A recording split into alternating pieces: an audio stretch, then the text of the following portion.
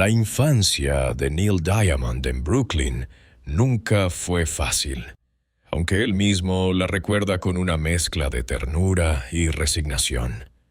La casa de Erasmus Street era pequeña, ruidosa, llena de los gritos de su madre Rose y del olor a tabaco del padre Akiva, que pasaba las tardes cosiendo abrigos en una máquina Singer que parecía no apagarse nunca. Desde los 8 años, Neil ya sabía que la música era su válvula de escape. En la escuela secundaria, Abraham Lincoln ganaba concursos de talento cantando versiones de Elvis y de los Everly Brothers. Y cuando su padre le regaló una guitarra acústica por su bar mitzvah, el chico entendió que aquel trozo de madera era más valioso que cualquier herencia. A los 16, ya escribía canciones completas en los márgenes de sus libros de matemáticas, letras que hablaban de amores imposibles y de calles que querían abandonar. En 1958 entró en la Universidad de Nueva York con una beca de esgrima. Sí, esgrima, porque era bueno con la espada y porque sus padres creían que un título universitario era la única forma decente de salir de la pobreza. Pero las clases de medicina preuniversitaria le duraban lo que un cigarrillo. 2 semestres y abandonó. Se pasaba las noches en el Brill Building, el edificio mítico de la calle 49, donde los compositores jóvenes vendían canciones por $50. Allí conoció a Ellie Greenwich y Jeff Barry, que le enseñaron que una buena canción necesita 3 minutos y un gancho que se te clave en el cerebro. En 1962 firmó su primer contrato como compositor con apenas 21 años y empezó a colocar temas para Jay and the Americans y The Monkees. El dinero era poco, pero suficiente para alquilar un apartamento en Manhattan y sentirse, por primera vez, dueño de su destino. En 1975 conoció a Marcia Murphy, una joven productora de televisión que trabajaba en un programa local. Se casaron un año después, cuando él todavía no era nadie en las listas. Ella era rubia, serena, con una risa que llenaba habitaciones. En 1967 nació Marjorie y en 1970 Ellen. Fueron años de euforia contenida. Neil firmó con Bang Records, grabó Cherry Cherry y Kentucky Woman, y de pronto su voz estaba en todas las radios. El éxito llegó tan rápido que no hubo tiempo para asimilarlo. Los contratos exigían discos cada 6 meses, giras que empezaban en febrero y terminaban en diciembre. Marcia se quedaba en casa con las niñas, cambiando pañales mientras él firmaba autógrafos en aeropuertos. Yo creía que estaba construyendo un futuro para ellas. Recuerda hoy con amargura. Lo que estaba construyendo era una ausencia. En 1969 grabó Sweet Caroline en apenas 3 tomas en los estudios American Sound de Memphis.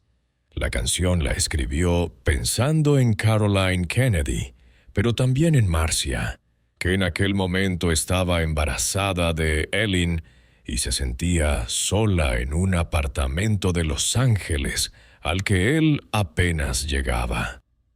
Cuando el tema explotó, los Red Sox la adoptaron como himno, y el Fenway Park empezó a rugir cada vez que sonaba el Sweet Caroline, Good Times Never Seemed So Good. Neil estaba en la cresta de la ola, pero en casa las cosas se rompían en silencio. Las cartas de Marcia se hicieron más cortas, las llamadas desde hoteles más incómodas.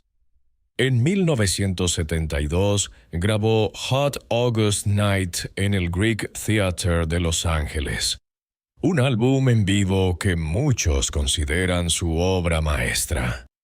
Aquella noche, con 30,000 personas coreando su nombre, dedicó Song Sung Blue a su familia, que lo veía desde la primera fila.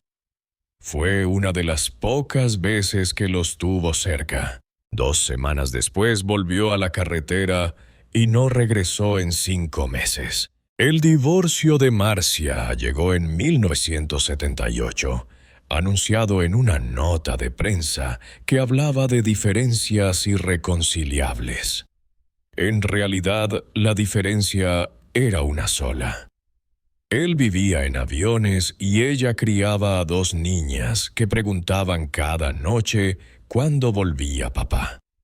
La custodia compartida quedó en papel mojado porque las giras no entendían de fines de semana alternos. Neil se mudó a un ático en Malibú con vistas al océano que apenas pisaba. Empezó a salir con modelos y actrices, a aparecer en revistas con camisas abiertas y medallones de oro, la imagen perfecta del rockero que lo tiene todo menos tiempo. En 1981 conoció a Katie McNeil, una australiana de 25 años que trabajaba como corista en una de sus giras. Se casaron en una ceremonia íntima en Las Vegas, y pronto llegaron Jessie en 1982 y Micah en 1985. Neil prometió que esta vez sería distinto, que reduciría los conciertos, que estaría más presente. Pero 1983 lo vio embarcado en la gira de la película The Jazz Singer, donde interpretaba a un cantante judío dividido entre la tradición y la fama, un papel que le calzaba como un guante. La película fue un éxito relativo, pero la banda sonora vendió millones y la gira subsiguiente lo mantuvo fuera 18 meses seguidos. Katie intentó adaptarse al principio. Viajaba con los niños cuando eran bebés. Dormía en suites de hotel mientras Neil ensayaba hasta la madrugada. Pero el cansancio acumulado terminó por pesar más que el amor. En 1984, cuando Jessie tenía apenas 2 años, Katie le pidió el divorcio. Esta vez no hubo nota de prensa. Solo una llamada desde un hotel en Tokio donde Neil lloró como no había llorado nunca. Pensé que el dinero lo arreglaría todo, dice hoy. Les compraba juguetes que no podían usar porque yo no estaba para armarlos.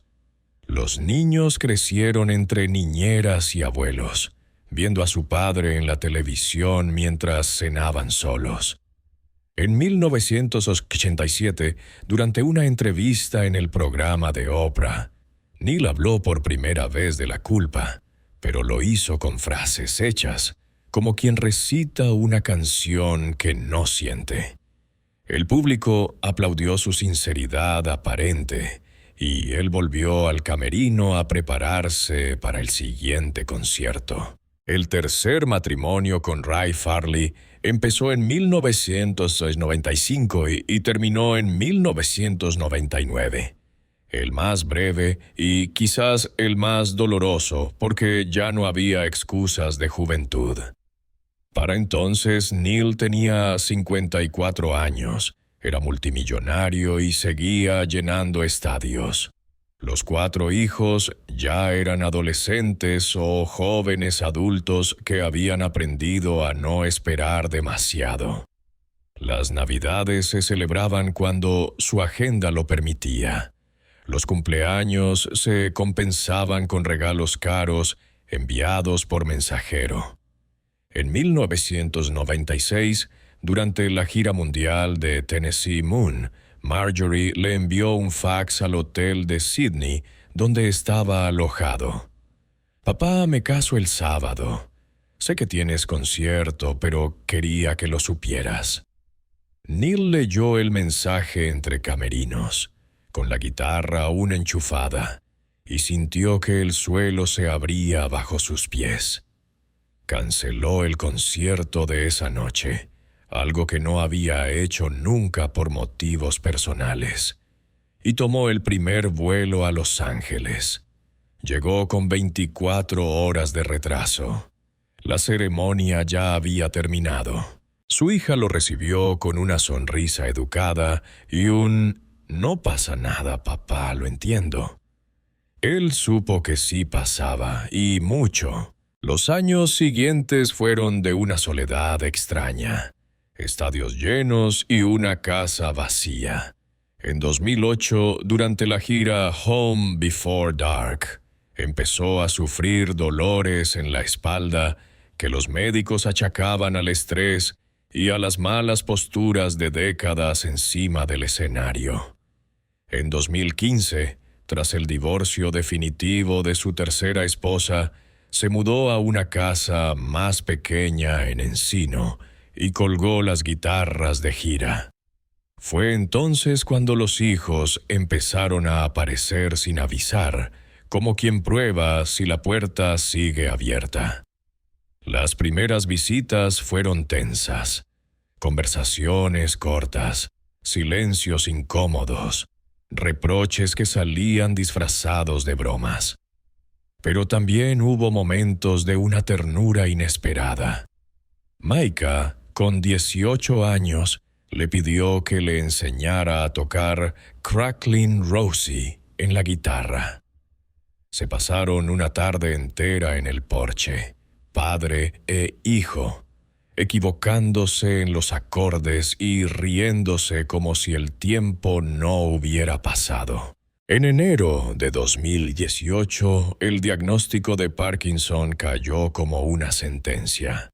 Los médicos le dijeron que la enfermedad avanzaba despacio, pero que ya no podría volver a cantar en vivo con la intensidad de antes. Canceló la gira australiana y, por primera vez en 53 años, no tenía nada que hacer. Los días se hicieron largos, las noches más. Empezó a escribir cartas a mano, una por hijo, varias páginas cada una. Las envió sin esperar respuesta. Marjorie fue la primera en contestar, con una carta de 8 páginas que él leyó de un tirón y guardó en la misma caja fuerte donde tiene sus premios Grammy. En esa carta, su hija mayor le escribió: «Te perdono, papá, pero perdonar no es olvidar. Es decidir que el amor pesa más que el dolor». Neil lloró hasta quedarse sin lágrimas. Hoy, la relación con Marjorie es la más frágil y a la vez la más profunda. Se ven cada 2 semanas. Ella vive en San Francisco con su marido y sus 2 hijos, los nietos que Neil apenas conoció hasta hace poco. Cuando van a visitarlo, él se levanta temprano para hacer panqueques, algo que nunca hizo cuando ella era niña. Marjorie lo observa desde la puerta de la cocina y a veces sonríe, a veces se queda callada. Sabe que los panqueques no borran las ausencias, pero también sabe que son un intento honesto. Hablan de todo menos del pasado durante las primeras horas. Luego, cuando los niños se duermen, se sientan en el salón y dejan que las palabras difíciles salgan. Ella le ha contado cómo se sentía invisible en los recitales escolares, cómo inventaba excusas cuando sus amigas preguntaban por qué su papá nunca iba a buscarla. Él escucha sin interrumpir, solo asiente y a veces coge su mano. En una de esas noches, Marjorie le dijo: «Siempre pensé que prefería ser Neil Diamond a ser papá». Él no contestó de inmediato. Después de un largo silencio respondió: Tenías razón, y eso es lo que más me duele del mundo. Últimamente han empezado a ir juntos a terapia familiar. El terapeuta, un hombre de 60 años que creció escuchando I'm a Believer, los guía con paciencia. En una sesión reciente, Marjorie lloró por primera vez delante de su padre en 30 años. Neil no intentó consolarla con palabras, solo se acercó y la abrazó como no la había abrazado desde que tenía 5 años. Cuando salieron de la consulta, ella le dijo: «Creo que por fin estamos empezando a conocernos de verdad». Él sonrió con los ojos llenos de lágrimas y respondió: «Ojalá hubiéramos empezado hace 40 años. Pero los dos saben que más vale tarde que nunca». Jesse Diamond, el segundo hijo varón, nació en 1982 en medio del caos de una gira europea que su padre estaba realizando para promocionar el álbum Beautiful Noise. Katie, su madre, dio a luz en el Cedars Sinai de Los Ángeles, mientras Neil cantaba Hello Again en el Hammersmith Odeon de Londres. La primera vez que Jesse vio a su padre en persona tenía ya casi 3 meses. Desde entonces, la relación entre ambos estuvo marcada por una extraña mezcla de admiración y resentimiento.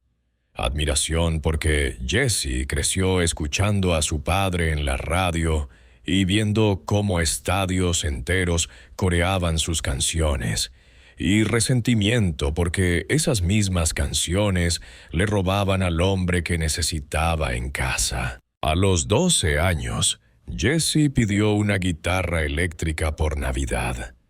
Neil se la envió desde Japón, una Gibson Les Paul firmada por él mismo, pero no estuvo presente cuando la abrió. El chico aprendió a tocar solo, viendo videos VHS de las giras de su padre y copiando cada gesto, cada movimiento de muñeca.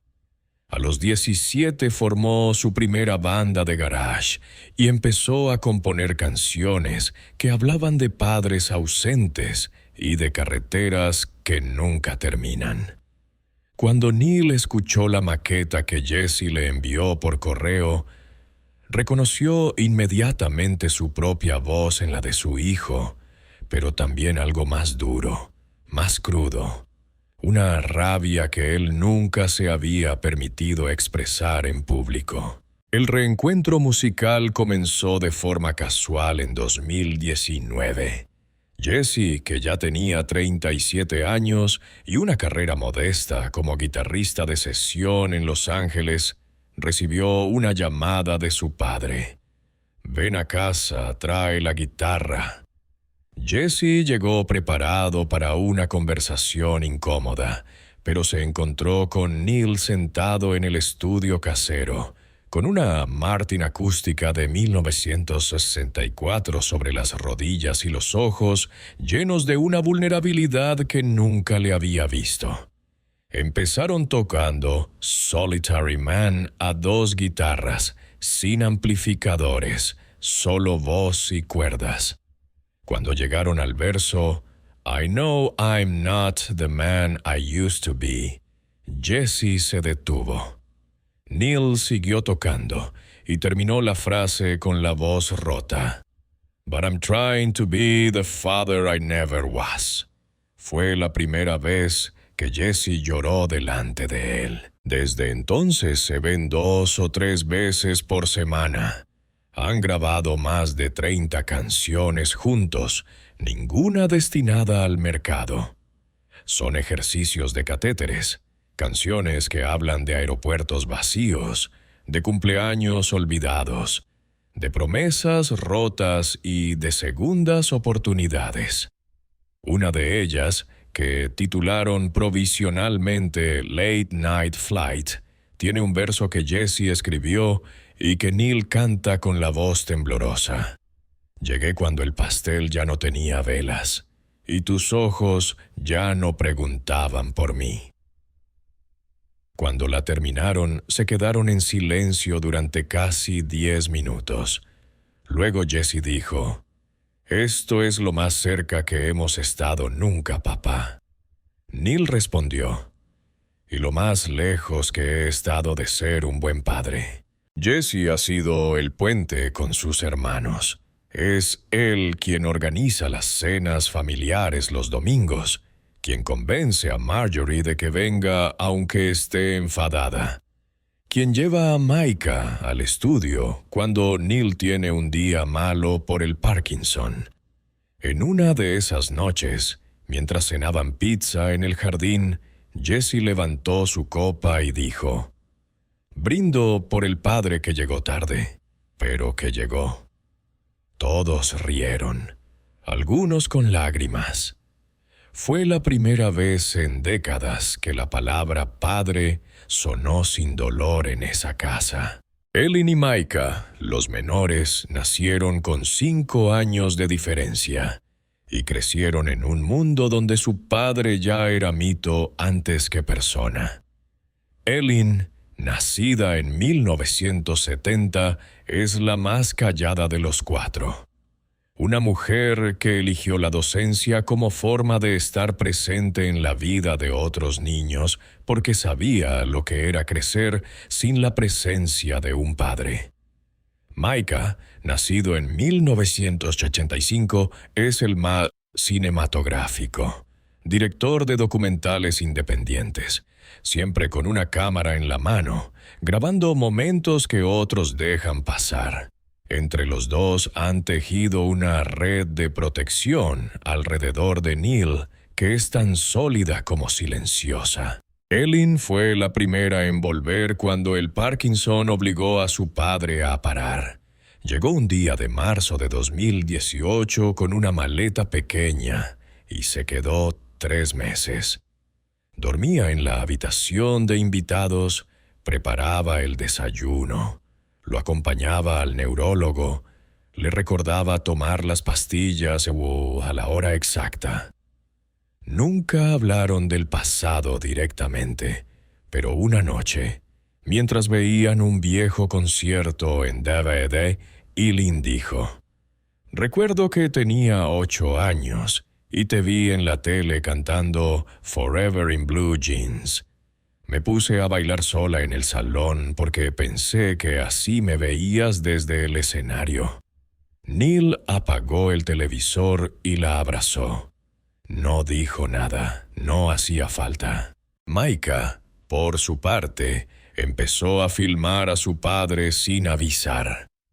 Cámaras pequeñas en el estudio, en la cocina, en el jardín. Al principio Neil protestó, pero luego entendió que era la forma que tenía su hijo menor de recuperar el tiempo perdido. En 2021, Micah le mostró un montaje de 20 minutos, imágenes de Neil tocando la guitarra con manos temblorosas, leyendo cartas antiguas, llorando al escuchar grabaciones caseras de cuando los niños eran pequeños. Al final del video aparecía una frase escrita a mano por Micah: «Este es el padre que siempre quisimos tener. Gracias por dejar que te grabara siendo humano». Neil vio el video 3 veces seguidas y luego pidió que lo guardaran en la caja fuerte junto a sus discos de platino. Los 2 hermanos menores han sido los que más han perdonado, quizás porque crecieron viendo cómo su padre intentaba corregir errores con ellos que ya no podía corregir con los mayores. Elin organiza las visitas de los nietos, enseña a Neil a usar FaceTime para hablar con ellos cada noche, le recuerda que los abrazos no caducan. Micah, cuando el Parkinson le da un mal día a su padre, pone la cámara en un trípode y le pide que cuente una anécdota de los 70. La voz de Neil se aclara, los ojos se le iluminan y por unos minutos vuelve a ser el hombre que llenaba estadios. Es su forma de decirle: «Todavía estás aquí, papá. Todavía nos tienes». Los domingos son sagrados ahora. La casa de encino, que antes parecía un museo de trofeos, se llena de voces infantiles, de olor a café recién hecho y a pan recién horneado. Llegan en tandas. Primero Ellen con sus 2 hijos, luego Jesse con su pareja, luego Mika con su equipo de filmación reducido a una sola cámara pequeña, y finalmente Marjorie, que siempre es la última y la que más cuesta convencer. Se sientan todos en la mesa grande del comedor, la misma donde Neil escribió I Am I Said en 1971, y comen sin prisa.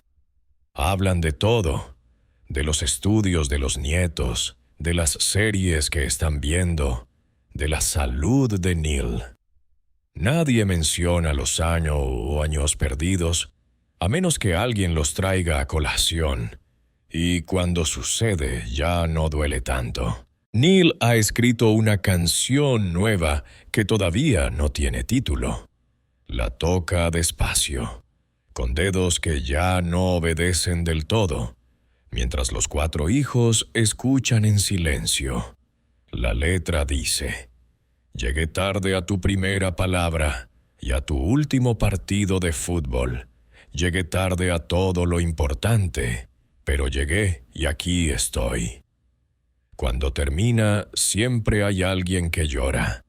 Luego aplauden, no como aplaudían en los estadios, sino como aplaude una familia que ha aprendido a quererse con cicatrices. A veces, en las noches tranquilas, Neil se sienta en el porche con una taza de té que ya no puede sostener sin derramar un poco.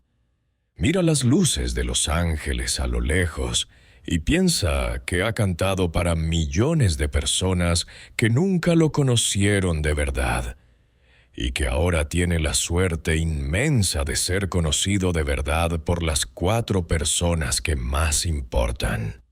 Sabe que no puede borrar el pasado, pero cada domingo, cada abrazo, cada «te quiero» dicho sin prisa, es una nota más en la canción más importante que jamás escribirá.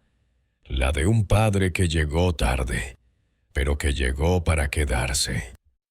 ¿Y tú, lector, qué harías si tuvieras la oportunidad de decirle a alguien que lo sientes por haber estado ausente cuando más te necesitaban? ¿Esperarías 79 años o empezarías hoy? Comparte tu reflexión en los comentarios o etiquétanos en redes con A Neil Diamond Confession. Tu historia también puede ayudar a alguien a dar el primer paso.